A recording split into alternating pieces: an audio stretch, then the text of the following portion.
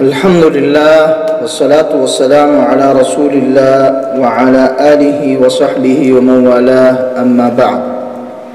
فعن أبي هريرة رضي الله عنه قال رسول الله صلى الله عليه وسلم لا عدوى ولا طيرة ولا هامة ولا صفر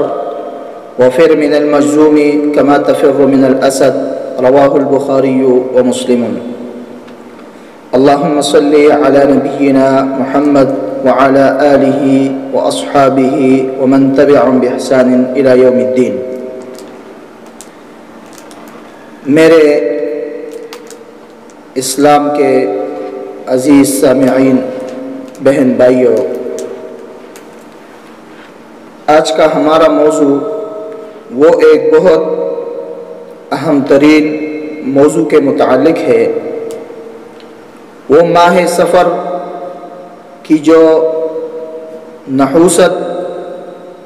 اور بدشگونی لوگ سمجھتے ہیں کہ اس کی شرعی حیثیت کیا ہے، اور یہ نظریہ اور یہ عقیدہ، باطل عقیدہ کہاں سے وجود میں آیا۔ سن ہجری کے مہینوں میں سفر دوسرے نمبر پر مہینہ آتا ہے۔ اسلامی مہینے ٹوٹل 12 ہے: محرم، صفر، ربیع الاول، ربیع الثانی، جمادی الاولی، جمادی الثانیہ، رجب، شعبان، رمضان، شوال، ذوالقعدہ، ذی الحجہ۔ تو سفر دوسرا مہینہ اسلامی سال کا آتا ہے۔ وجہ تسمیہ کہ سفر کو ماہ سفر کیوں کہا جاتا ہے، تو لغت عربی کی مشہور کتاب لسان العرب لابن المنظور، اس کے جلد نمبر 4 صفحہ نمبر 462-63 پہ لکھا ہے کہ سمیہ سفر لاسفار مکہ من اہلہا ای خلوہا من اہلہا اذا سافروا فیہ، یعنی ماہ سفر کو سفر اس لیے کہا جاتا تھا کہ اہل مکہ اس مہینے میں وہ اپنے گھروں سے، اپنے علاقے سے نکل جاتے، وہ کوچ کر جاتے، سفر کرتے، تو مکہ خالی ہو جاتا، تو اس وجہ اس کو سفر کہتے تھے وہ۔ دوسرا وجہ یہ ہے کہ سموا الشہر سفرن، کہ عرب نے سفر کو سفر کا مہینہ اس لیے نام رکھا کہ کانوا یغزون فیہ القبائل، کہ وہ سفر کے مہینے میں وہ دوسرے جن قبائل کے ساتھ ان کی دشمنی ہوتی تھی، چپکلش چلتی رہتی تھی، تو ان پہ وہ حملہ کر جاتے۔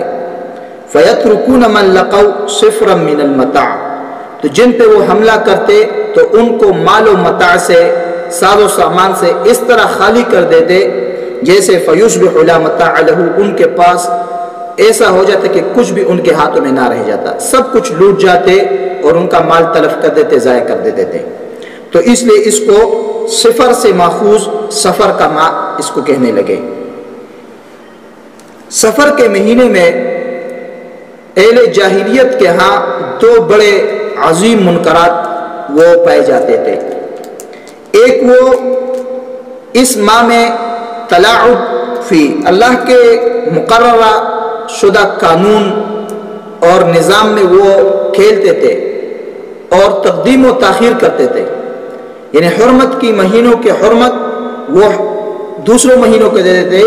اور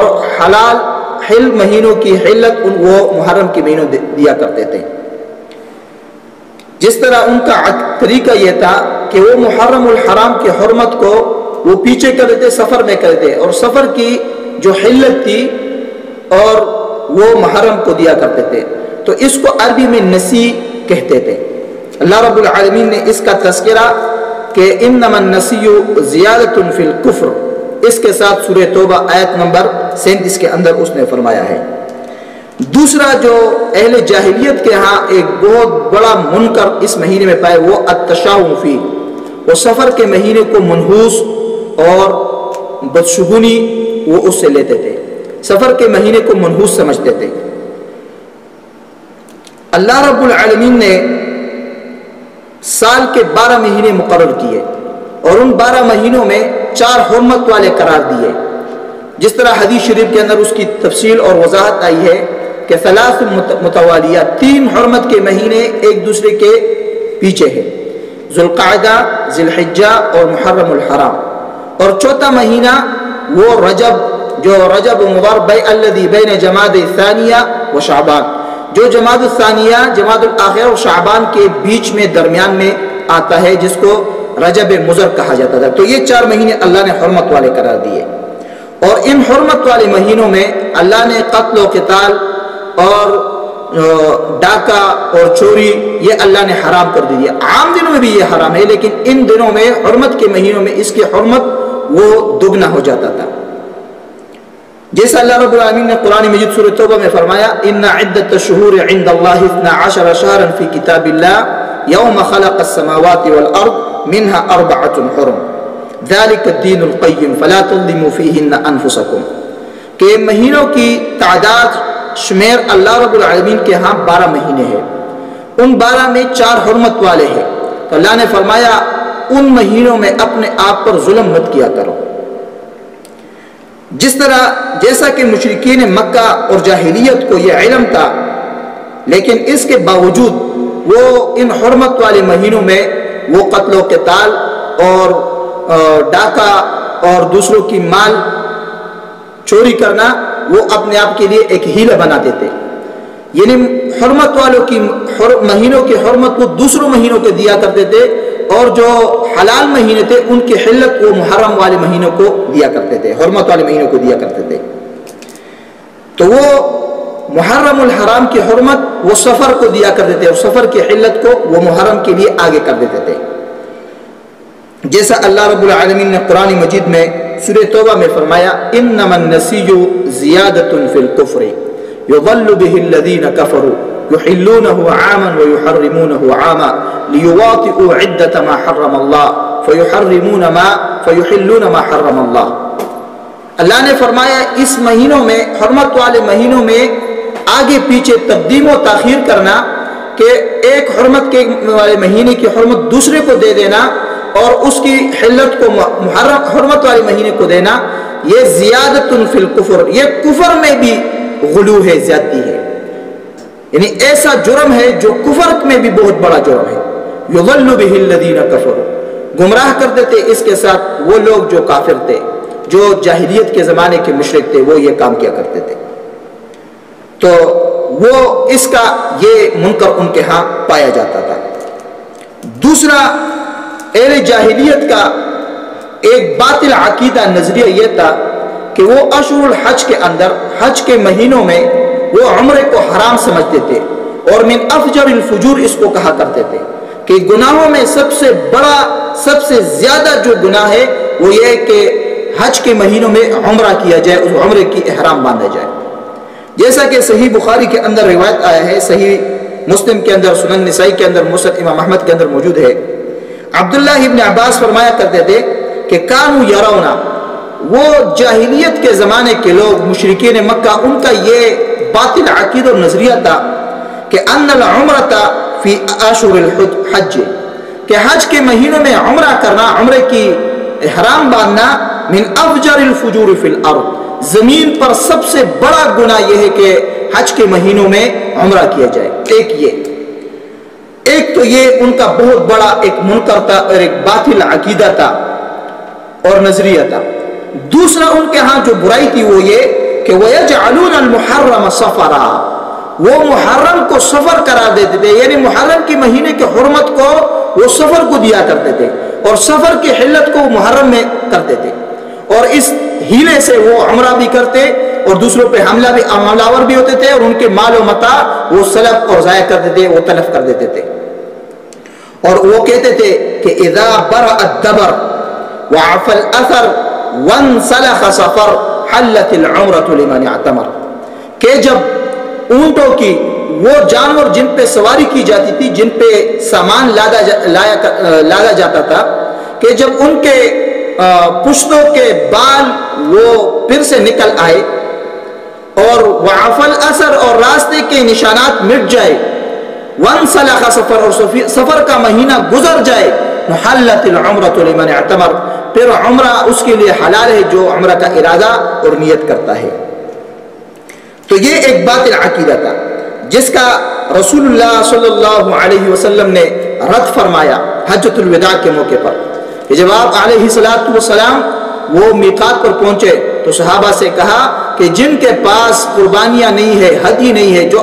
اپنے ساتھ اپنے علاقے گاؤں سے مدینہ سے قربانی نہیں ساتھ لائے تو وہ حج تمتع کرے، یعنی پہلے احرام باندھ کر عمرہ کرے، پھر عمرہ سے حلال ہو کر 8ویں ذی الحج کو یوم الترویہ 8 ذی الحج کو پھر حج کا احرام باندھے۔ اور آپ علیہ السلام نے خود بھی وہ حج قران کیا، یعنی ایک اشہر الحج کے اندر حج کے مہینوں میں عمرے اور حج دونوں کا احرام باندھا، اور یوم النحر 10 ذی الحجہ کو وہ حلال ہو گئے احرام کی پابندیوں سے۔ تو آپ علیہ السلام نے خود بھی وہ حج کے مہینوں میں عمرہ کیا، اور صحابہ کرام کو بھی حکم دیا کہ آپ بھی عمرہ کریں اور حج دونوں کریں۔ اور صحیح بخاری کے اندر روایت ہے کہ آپ علیہ السلام کی بیوی اما عائشہ رضی اللہ عنہا جب وہ حجۃ الوداع کے موقع پر مکہ آئی تو ان کو حیض کی بیماری لاحق ہو گئی، تو وہ عمرہ نہ کر سکی۔ تو جب آپ علیہ السلام حج کے بعد واپس مدینے جانے کا ارادہ کیا تو انہوں نے شکایت کی، اور آپ علیہ السلام سے فرمانے لگی کہ لوگوں نے عمرہ بھی کیا اور حج بھی کیا، میں نے صرف حج کیا اور عمرہ نہیں کیا۔ تو اللہ کے رسول علیہ السلام نے ان کو حکم دیا کہ آپ اپنے بھائی عبد الرحمن بن بکر کے ساتھ تنعیم علاقے چلی جاؤ، وہاں سے احرام باندھ کر پھر مکہ آ جاؤ، عمرہ بھی کرو۔ تو حج کے مہینوں میں اللہ کے رسول علیہ السلام نے اپنی بیوی کو بھی عمرہ کرنے کا حکم دیا اور ان پہ عمرہ کروایا۔ تو اس جاہلیت کے زمانے کی جو غلط اور باطل عقیدہ تھا تو اس کا رد فرمایا۔ دوسرا جو عقیدہ ان کا یہ تھا کہ وہ اشہر الحرم کی حرمت کو تقدیم و تاخیر کیا کرتے تھے، تو آپ علیہ السلام نے ان کا بھی رد فرمایا۔ دوسرا جو جاہلیت کے زمانے کی مشرکین کا ایک باطل عقیدہ و نظریہ تھا وہ یہ کہ وہ سفر کے مہینے کو مشؤوم سمجھتے تھے اور اس کو منحوس قرار دیتے تھے، اس میں نہ وہ شادیاں کرتے تھے، نہ سفر پہ جاتے تھے، نہ کسی کام اور تجارت کی ابتدا کرتے تھے، اسی طرح دوسرا کوئی کام وہ نہیں کرتے تھے، کیوں؟ اس وجہ سے کہ یہ منحوس اور نحوست والا مہینہ ہے۔ تو اللہ کے رسول علیہ السلام نے زمانہ جاہلیت کے اس باطل اور بے بنیاد غلط عقیدے کی رد کے لیے اللہ کے رسول نے فرمایا، جیسا کہ اس وقت کے جاہلیت کے زمانے کے لوگ کا سوچ اور نظریہ اور عقیدہ تھا، جیسا کہ آج کے زمانے کے جاہل لوگوں کا عقیدہ اور نظریہ ہے کہ وہ سفر کے مہینے کو مشؤوم سمجھتے ہیں اور اس کو منحوس اور نحوست والا سمجھتے ہیں، اس میں شادیاں بھی نہیں کرتے، اس میں تجارت بھی نہیں شروع کرتے، اس میں گھر بھی نہیں بناتے، اور دوسرا کوئی کام سفر بھی نہیں کرتے، اس وجہ سے کہ یہ مشؤوم اور نحوست والا مہینہ سمجھتے ہیں اس کو۔ تو آپ علیہ السلام نے اس باطل عقیدہ و نظریے کے رد میں فرمایا، جیسا کہ صحیح بخاری صحیح مسلم کی حدیث ہے، ابو ہریرہ رضی اللہ عنہ راوی کہ اللہ کے رسول نے فرمایا لا عدوا، ایک یہ عقیدہ بناؤ کہ بیماری بذات خود کسی سے کسی دوسرے کو متعدی نہیں ہوتی جب تک اللہ کا حکم نہ ہو، اللہ کی مشیت نہ ہو۔ اہل جاہلیت یہ سمجھتے تھے کہ بیماری بذات خود وہ دوسرے کو لاحق ہو جاتی ہے، ایک سے دوسرے کو وہ انتقال کرتی ہے، ایسا نہیں ہے۔ اللہ کے رسول لا عدوا، بیماری بذات خود کسی کو نہیں لاحق، ایک سے دوسرے کو نہیں لگتی۔ دوسرا فرمایا ولا طیرتا، کوئی بدشگونی نہیں ہے، کوئی طیرہ وہ نہیں ہے۔ اہل جاہلیت کا ایک غلط عقیدہ یہ تھا کہ وہ جب کسی تجارت پہ جاتے، کسی سفر پہ جاتے، کسی کام کی ابتدا کرتے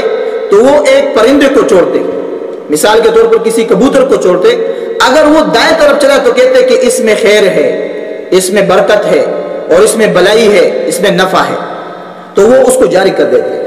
اور اگر وہ بائیں طرف مڑ جاتا تو پھر وہ اس کو روک دیتے، اس تجارت پہ نہیں جاتے تھے، اس کاروبار کو نہیں شروع کرتے تھے، اس نکاح کو نہیں کرتے تھے، اس کام کو وہ نہیں شروع کرتے، کیونکہ وہ بدشگونی اس سے سمجھتے تھے۔ تو اللہ کے رسول نے اس باطل عقیدے کے رد فرمایا کہ لا طیرتا، کوئی بدشگونی نہیں، جیسے کہ آج کی جاہلیت کے زمانے کے لوگوں کا عقیدہ ہے کہ کوا میرے سامنے سے اڑ گیا، الو دیکھا، یا کالی بلی میرے سامنے سے گزر گئی، یا فلاں منحوس آدمی میرے سامنے سے گزر گیا، یا یہ دن مشؤوم، بت والے دن کو مشؤوم سمجھتے ہیں، تو یہ سارا اللہ کے رسول نے رد فرمایا کہ لا طیرۃ، کوئی بت شگونی نہیں ہے، سب کچھ خیر اور شر اللہ کے حکم سے تقدیر کے مطابق جاری ہوتا ہے، کوئی طیرہ میرہ بت شگونی نہیں ہے۔ اور تیسرا اللہ کے رسول نے فرمایا ولا حامۃ، الو کی نحوست نہیں ہے۔ جاہلیت کے زمانے کے لوگ وہ الو کو منحوس سمجھتے تھے۔ اور دوسرا معنی یہ کہ تناسخ ارواح، جیسے کہ جاہلیت کے زمانے کے لوگ کا عقیدہ تھا کہ جب ایک آدمی مر جاتا ہے تو اس کی روح کسی پرندے میں وہ داخل ہو جاتی ہے اور پرندے کی شکل میں دوبارہ زندہ ہوتی ہے۔ تو لا حامۃ، جیسے ہمارے لوگ کہتے ہیں چڑیل آ گیا اور بد ارواح، بد روحوں کی نظر اس کو لگ گئی، تو لا حامۃ، اس کی کوئی حقیقت نہیں ہے، اس کی کوئی اصلیت نہیں ہے۔ تو یہ عقیدے کی رد فرمایا۔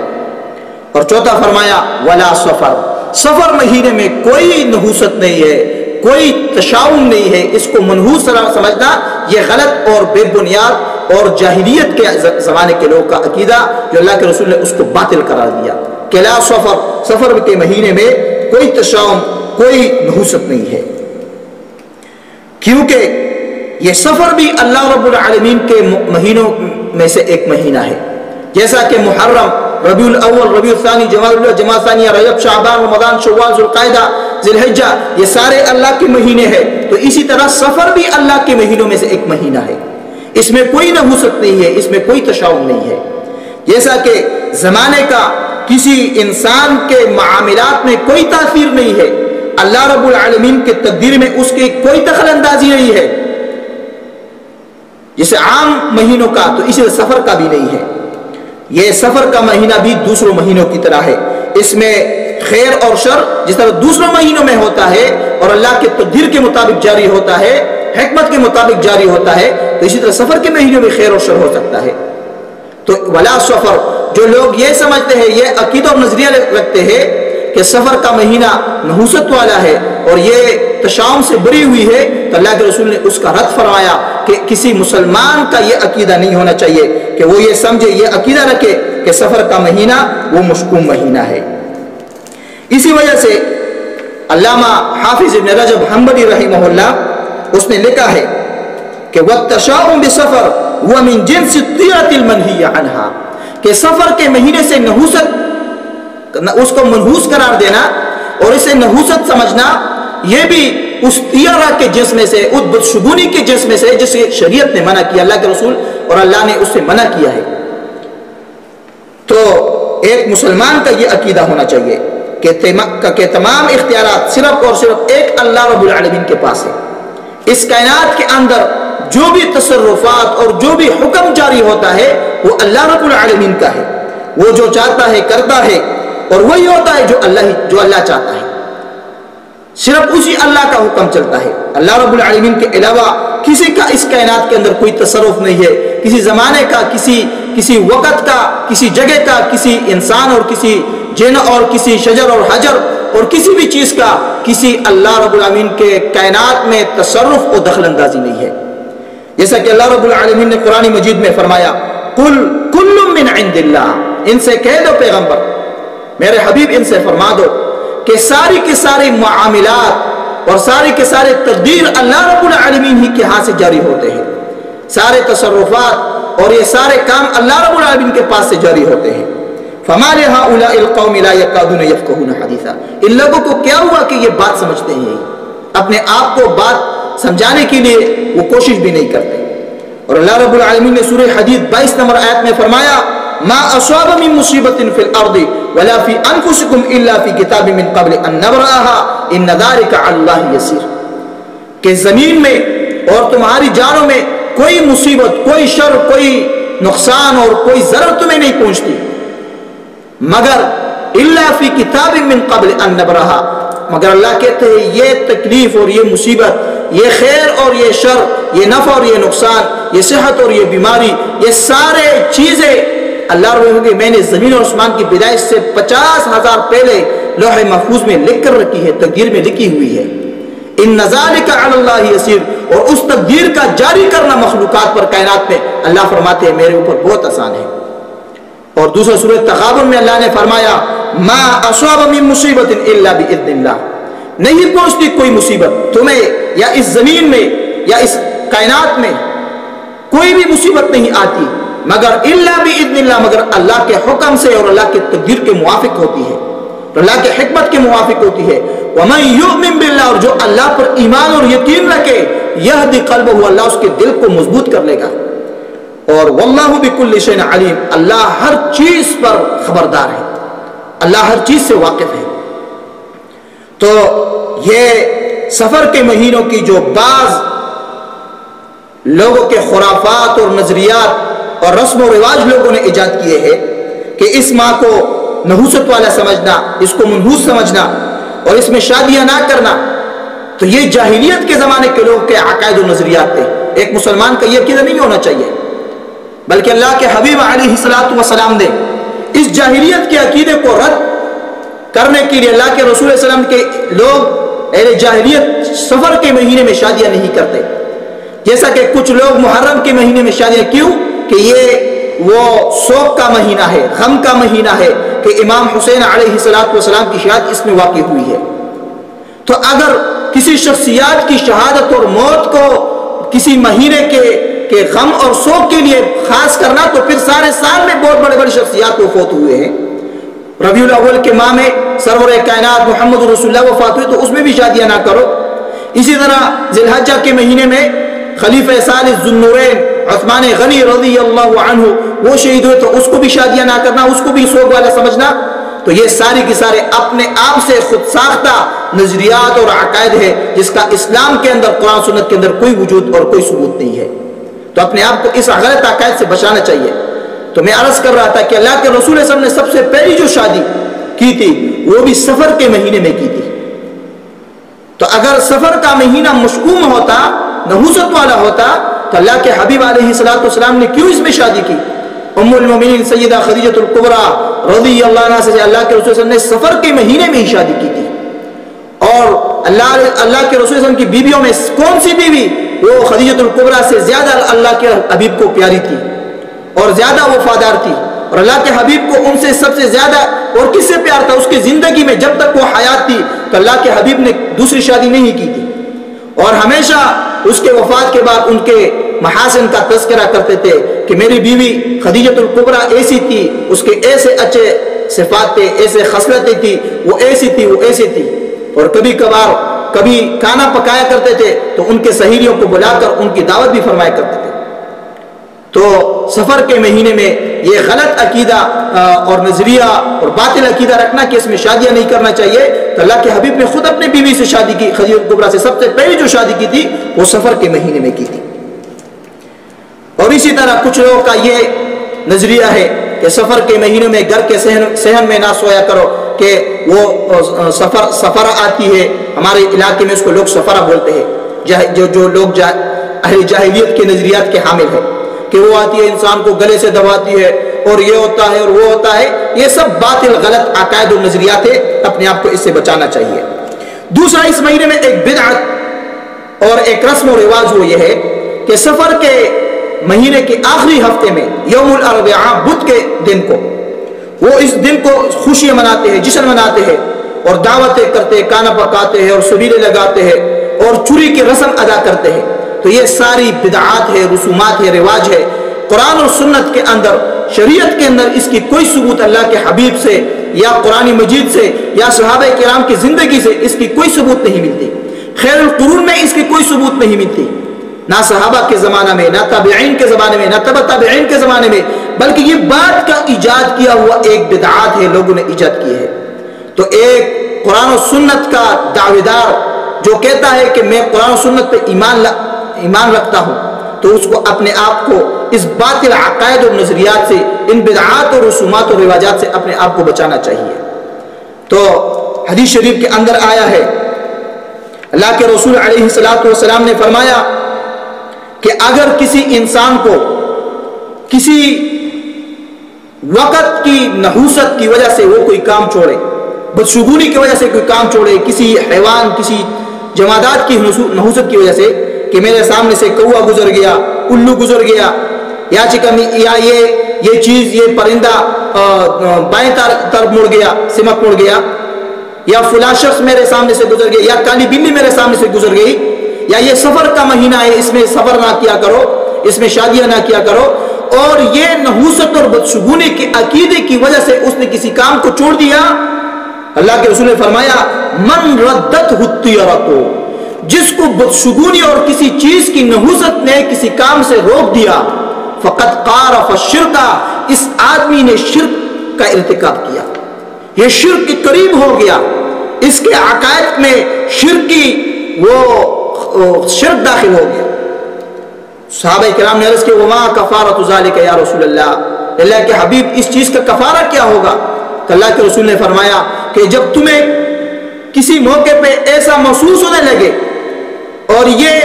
دل و دماغ کے اندر یہ بات آ جائے کہ میرے سامنے سے کوا وہ چیخا، یا الو وہ گزر گیا، یا کالی بلی گزر گئی، یا دوسرا کوئی چیز، یا سفر کے مہینے میں یہ کام نہ، یہ سوچ آ جائے تو یہ دعا کیا کرو، یہ اس کے ساتھ اپنے آپ کو شرک سے بچاؤ کہ اللہم لا طیر الا طیرک، اے اللہ کوئی بدشگونی نہیں مگر وہ جو تقدیر کے اندر تم نے رکھی ہے،